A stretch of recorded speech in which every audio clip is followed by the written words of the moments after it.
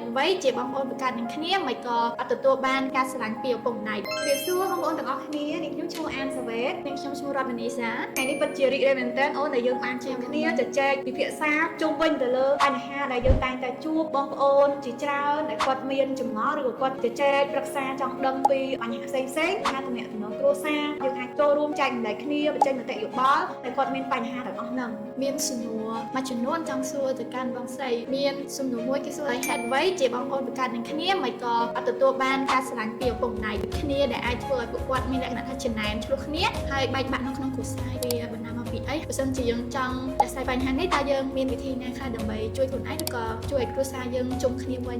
តាក់ទងចំណុចនេះខ្ញុំជឿថាមិនថាគេមិនថាយើងបងផ្ទាល់ធ្លាប់ឆ្លងកាត់បទពិសោធន៍ពេលដែលយើងឆ្លោះប្រកែកអីមួយនៅពីតូចយើងតែងតែមានអារម្មណ៍ថាងល់មកពីម្ដាយឲ្យឯងនឹងស្រឡាញ់ចាយពេកឬក៏ស្រឡាញ់បងខាងពេកចឹងទៅចំណុចនេះវាអត់ពិតទេឪពុកម្ដាយមួយណាក៏ស្រឡាញ់កូនស្មើគ្នាដែរពេលដែលខ្លួនឯងខ្លាយជាឪពុកម្ដាយគេនឹងដឹងហើយភាគច្រើនគាត់តែងនិយាយចឹងហើយបើតាមបងផ្ទាល់បច្ចុប្បន្នយើងអត់ទាន់ឆ្លងកាត់បទពិសោធន៍ជាឪពុកជាម្ដាយទេអញ្ចឹងយើងអាចកំណត់បានថាពិតប្រាកដឬក៏មិនពិតទេព្រោះភាគច្រើនយើងមើលទៅក៏មានឪពុកម្ដាយមួយចំនួនក៏គាត់អាចមានចិត្តលំអៀងខ្លះដែរមិនអត់សោះដែលវាជាហេតុនាំឲ្យមានការបែកបាក់ឆ្លោះប្រកែកគ្នាឬក៏ចំណែនឈ្នានីសហើយអ្នកខ្លះទៀតមិនគ្រាន់តែចំណែនក្តីស្រឡាញ់ផងដែរគឺចំណែនតាំងពីការបែងចែកទ្រព្យសម្បត្តិឬក៏អីទៀតអាហ្នឹងដែលយើងជួបច្រើនហើយវាចេញតែអញ្ចឹងដូចគ្នាអញ្ចឹងបងជឿជាក់ថាពេលដែលយើងមានក្តីស្រឡាញ់ពិតហើយយើងមិនលំអៀងប្រកាសជាយើងមើលទៅខាងក្រៅយើងអត់យុត្តិធម៌ដែរបើនេះយើងឈរលើភាពយុត្តិធម៌ស្មើគ្នាអញ្ចឹងយើងអត់អាចយកអាភាពចំណែនហ្នឹងមកដាក់ខ្លួនយើងបានទេ